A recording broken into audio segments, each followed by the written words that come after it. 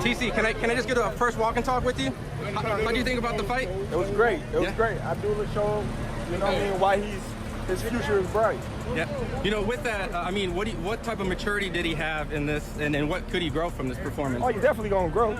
You know, because Bell got a lot of experience, and as you can see. That's it. All right, thanks, champ.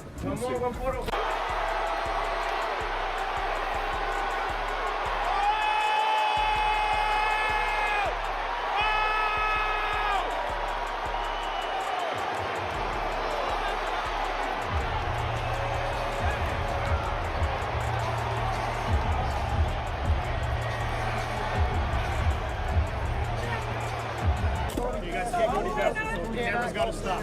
I got it. Let's go, champ. Let's go, champ. We gotta go. We know why. Hey, watch out for Bob, yo.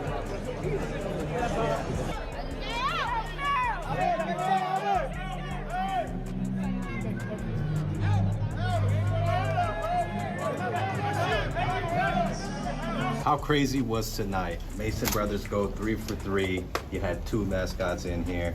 You get the stoppage in the 12th round. Is this everything you dreamed of to happen in Cleveland with your brothers? It was amazing. Definitely a first step forward, you know, in Cleveland. First homecoming, first title defense. And we're ready to do it again, for sure. Abdullah, was it difficult? Because, you know, we know that Albert's your friend. He showed us the picture, you guys as kids. That was just crazy. Was it difficult to go through this fight like, you know, this is your homie, y'all going at it, or was that out your mind completely? It was definitely difficult, you know, for me in these circumstances, you know, him being in the last minute replacement. I could have made it much prettier, I believe. You know, I just made sure I had trust in my corner, and I got the job done. Abdullah, how much more meaningful is this win that you get to share it with your city, that you get to share it with your family? I mean, I'm grateful for it, you know. I mean, without my family, you know, it wouldn't be the same, for sure. So, you know, I have my family here, and it feels like that's what it's supposed to be like. Walk us through that 12th round, obviously, and then the way that you did.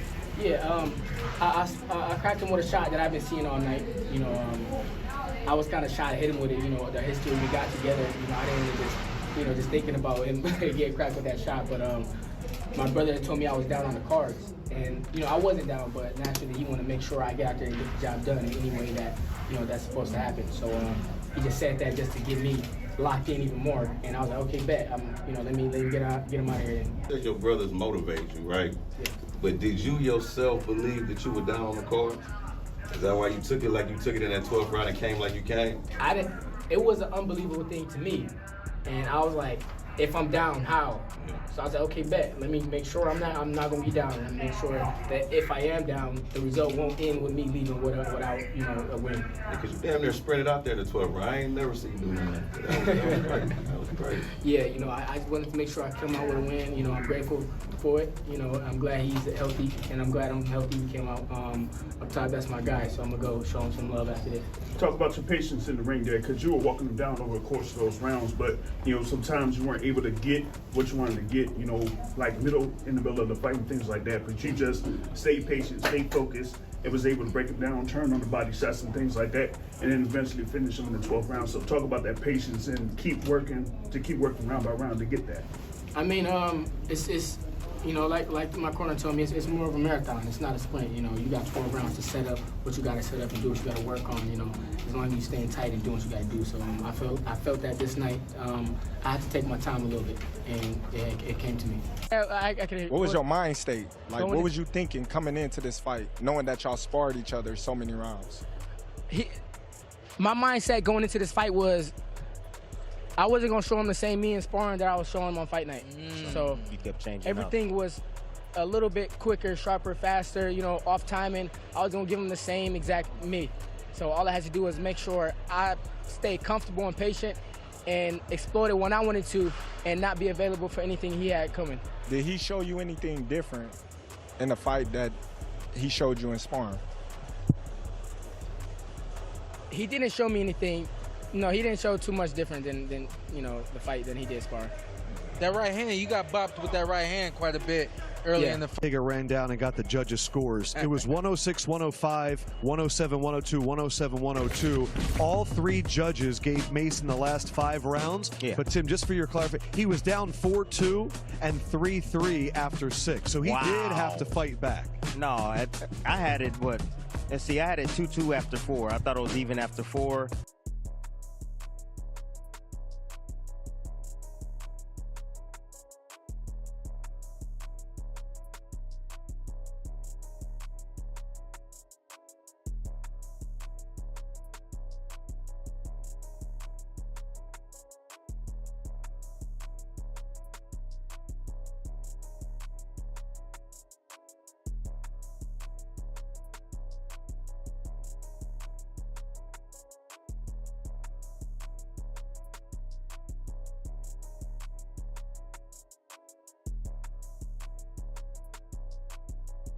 That's Shawn Porter. Yes, sir. Oh yeah, he's starstruck. Up, young man? As he should be. You know Terrence Crawford down there too, right? Yeah. Yeah, you know Tim Bradley down there too, right? Yeah, man, they all down there. They waiting on you. You from Cleveland?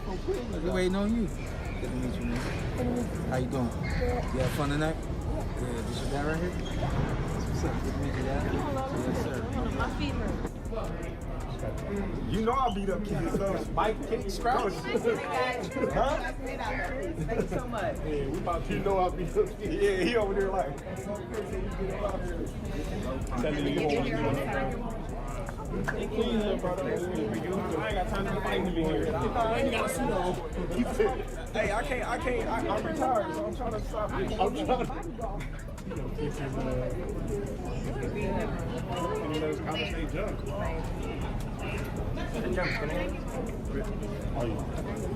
Two more. All right, we got 2 more. All right, man. Well, you better be that too. You said it I had to. ATC. Think I can get that first commentator one? It's your fault. Oh, I swear to God. 1. This is the 1. Here go the 2 right here, right after. This is the last one, y'all. This is the last one. Sorry, but not sorry. This is the last one. Analyzing the late replacement, Teddy Atlas explained that a full training camp normally gives the prepared fighter a clear advantage, especially against an opponent stepping in on short notice. However, he believed that edge can quickly disappear when the replacement brings a completely different fighting style. In that situation, the favorite is forced to abandon the game plan built over weeks of preparation and make major tactical adjustments with little time to adapt. Usually, the guy who's got the full camp has the edge when it's a fighter coming in on short notice.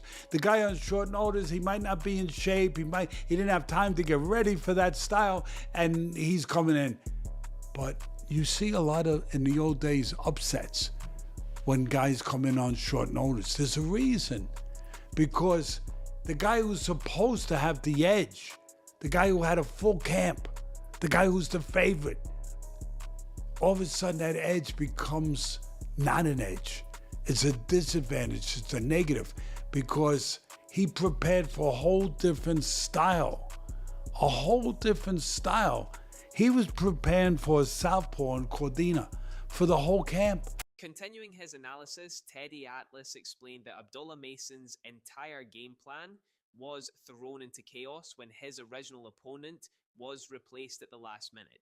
Instead of facing an aggressive fighter of similar size, Mason suddenly had to deal with a much taller, longer opponent whose style was completely different.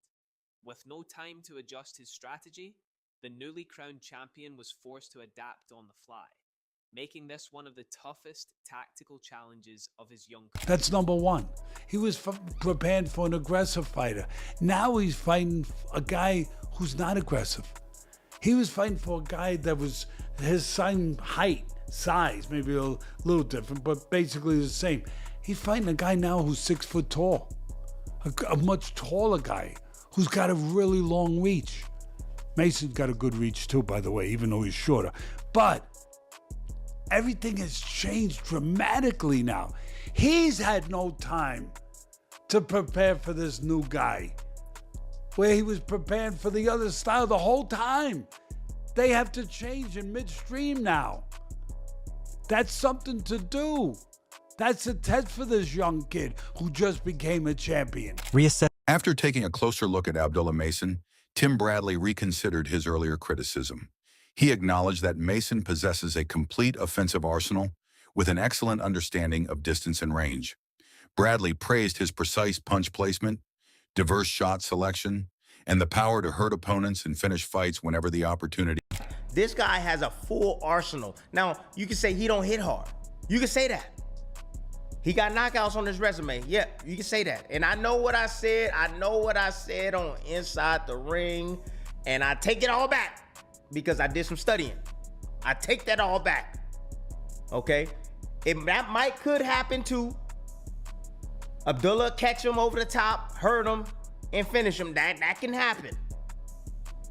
But we talking about a guy that understands distance, understands range.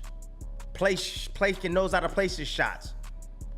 He got a full punch arsenal. Got an uppercut, right uppercut, left hook, check hook, right hand. But good body puncher. Looking at Mason's long-term potential, Shawn Zittel had described Abdullah Mason as one of boxing's brightest young talents and believed he had the tools to become one of the sport's future stars. Zittel had pointed to Mason's reach, speed, explosive punching power, and physical frame as qualities that could allow him to succeed across multiple weight classes. Mason possessed the rare combination of athleticism and natural ability needed to develop into an elite fighter. You ain't getting none of that. No, it's not gonna happen. And he'll tie you up. It's like, you know, when you fighting this guy, it's like you getting stuck in his spider web. He a big old spider, and you get stuck in his spider web, and you trying to get away. He will tie you up. Yeah. So he'll break up your rhythm. You know, he'll let you not get in the groove. And I see that Abdullah, being as young as he is, I go back and I watch some of his fights, and I'm like, damn, he makes a lot of little small mistakes. And I don't think they know it or see it. You know, shout out to his father, you know, Valiant. Yeah, he's done a good job with him. Looking at Mason. Expanding on the matchup, Shawn Zittel argued that Albert Bell represented a far more significant test for Abdullah Mason than many fans realized. He praised Bell's sharp punching, disciplined jab, and effective bodywork, while emphasizing that his experience, ring intelligence, and familiarity with Mason made him a dangerous opponent capable of pushing the young champion to his limits. I'm just doing this video to say Abdullah Mason is one of them ones, as it's said these days. I think he is one of boxing's next great fighters. And I think it's fitting that Terrence Crawford will be on his first broadcast with him as a headliner, and that he's following Jaron Boots Ennis a week after Ennis knocks out Xander Zayas. He has a 74-inch reach like both of them, and just has electricity in his hands. He has that special blend of speed and snapping punching power and length and a frame to go up multiple weight classes and become one of the great fighters in the sport. Assessing the challenge ahead, Radio Raheem argued that Abdullah Mason was facing a far more difficult test than the promotion suggested. He described Albert Bell as the true measuring stick for the rising prospect, citing his size, reach, physical strength, and years of sparring experience with Mason. According to Raheem, the fight would ultimately come down to who controlled the distance. He warned that... And I think Albert Bell is going to provide a serious test for Abdullah Mason, and this is going to be very good for Abdullah Mason's development. I think this is going to be a competitive fight. And Albert Bell, even though he only has 9 knockouts and 28 wins, he has more snap on the end. If he catches you at the end of his shots, it's going to get your attention. And he goes to the body well, has a good jab. If he catches you at the end of the right hand, it's good. Got a little left hook. He knocked one fighter out recently with like a half uppercut, half left hook. And he's tough and he's hungry and he's a grown-ass man, and he has many rounds sparred with Abdullah Mason and known him since he was a little kid. So he's coming to win this fight.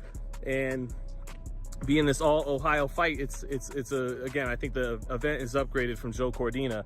But that being said, I'm picking Abdullah Mason by late stoppage in this fight. He is, what he showed against Sam Noakes and what he showed against Johan Vasquez is he has that grit to go with all that talent. And I think there's no way he leaves Cleveland without that belt still in his hands. And he's just, again, that special combination of that wiry punching power, that electric, snappy power at the end of the punch, and that hand speed. He'll find a way. Even if Albert Bell is in fact more savvy, more experienced in some ways, a little craftier, that speed power combo won't be denied. And I think even if Mason is even with him halfway through the fight, or even behind after the fight, that's where the grit kicks in. That's where he gets, where he starts to take one to land one, basically, if he needs to, and he starts to bite. Furthermore, Radio Raheem had argued that the unexpected matchup shifted the mental pressure toward Abdullah Mason rather than Albert Bell. He had believed Bell benefited from the lack of buildup, media obligations, and a full training camp focused on Mason, allowing him to enter the fight with a clear mind, confidence from their previous sparring sessions, and the freedom to seize an unexpected opportunity without added expectations. And the challenge ahead of Abdullah Mason now is so much greater than the fight promotion suggests. This fight should be huge. This fight should be the one where everybody's looking at Abdullah like this is the clearinghouse for him. This is the true test. This is the one that will let us know if the kid's the goods. It's a late replacement fighter with whom he's had numerous rounds in sparring, a fighter whose physicality will be a challenge in his height, in his reach. I say this fight is decided on distance and who dictates it. If he allows for the distance to be dictated to him and Mason, then it's going to be a long night. It's going to be a tough night. Discussing Abdullah Mason's strengths, Zab Judah praised the young champion's fearless mentality and willingness to stand his ground in the pocket. He believed Mason's confidence in trading punches and embracing close-range exchanges set him apart from many rising prospects, as he never backed away from a fight. Judah even suggested that the matchup with Albert Bell was more compelling than a potential showdown with Andy Cruz. Although Bell accepted the opportunity on short notice, Judah believed his experience and style made him a dangerous and highly intriguing opponent. They've never fought, obviously, in a competitive format before, in the ring, under the hot lights and all the pressure and everything that goes into that. But the fact that there's no build up to the fight and it all happened last minute, I think that helps take the pressure off of Bell and keeps it on Abdullah. Like, Bell doesn't have a lot of time to think about it. He hasn't had to do all the press or any of the build-up. He hasn't done a camp for Mason. So he's going to come in free-flowing. He's going to come in based on what they've experienced in sparring. He's going to come in like, hey, this is an opportunity that fell from the sky that I wasn't expecting. And he wasn't coming out of, off the couch. Drawing from his own experience, Zab Judah explained that no two training camps are ever the same, because every opponent demands a different strategy and level of preparation. He pointed out that Albert Bell had been preparing for an entirely different fighter, not Abdullah Mason, forcing him to make major adjustments on short notice. To illustrate his point, Judah compared it to his own career, recalling how preparing for a routine tune-up fight required a completely different mindset in training camp than getting ready for a high-stakes showdown with Corey Spinks. Mason and Bell. I'm going Zab, Mills, you going Mason? You already know that's my guy. That's my guy. That's my guy. That's my guy. There's no cap. That's my guy. Abdullah Mason. He's a monster. He's a monster. He got balls. Word. Pause. You know what I'm saying? He ain't scared to be in the pocket. He ain't scared to be in the pocket. Now that's what I mean by guys that got it. He not. One thing about Mason, y'all know he is not scared to mix it up with somebody. He is not. He ain't doing no running. He ain't doing no hiding. He ain't doing no tail tucking. You know what I'm saying? He right there. He give it up 100%. Pause. That's gonna be this is a way better fight to me than the Andy Cruz fight for some reason. Giving his prediction, Greg Hackett described the matchup as the perfect opportunity for Abdullah Mason to continue his development. While acknowledging Albert Bell's size and awkward southpaw style, Hackett believed Bell's defensive mistakes would eventually be exposed. He also argued that Mason had learned valuable lessons from his previous fight, correcting key flaws in his game. With those improvements in mind, Hackett predicted Mason would break Bell down and secure a stoppage victory in the 10th round. Spinks. You can prepare for a fight. It's cool, but you're not gonna. I guarantee you right now, if Bell could be 100% with everybody, I'll tell you, if I was new, I was fighting Abdullah Mason, I would have had a different kind of training camp, a different kind of preparation. Yeah, he was preparing kind for of a southpaw. He was preparing for a southpaw as well. Like I said to you, he wasn't preparing for no Abdullah Mason. It's a difference. It's a difference, Mill. These names mean something in fighting. Trust me. You know what I'm saying? That's like me preparing for my tune-up fight before the real Corey Spinks fight. It was two different kind of training camps. One was just do enough just to get back and get a win. And the second one was let's be dominant. Continuing his analysis, Greg Hackett identified a recurring flaw in Albert Bell's technique. He noted that Bell often raised his chin while throwing combinations, leaving himself vulnerable to counters. According to Hackett, few opponents had been able to exploit that weakness because Bell was usually the naturally bigger man in the ring. However, he believed Abdullah Mason possessed the speed, timing, and precision to capitalize on those openings.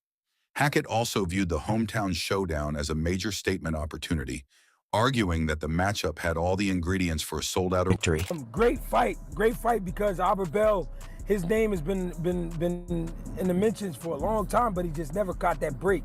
And Albert Bell is a big guy for the division. 6-foot softball. But Albert Bell makes a lot of mistakes, some nasty ones too. And I believe Abdullah Mason, after that fight with Sam Noakes, he's going to look amazing after that, because after going through that experience and watching himself on tape and realizing his mistakes, I think he becomes a lot better fighter. I honestly love this fight because it's also a local fight. As fight night drew closer, all eyes were on Abdullah Mason.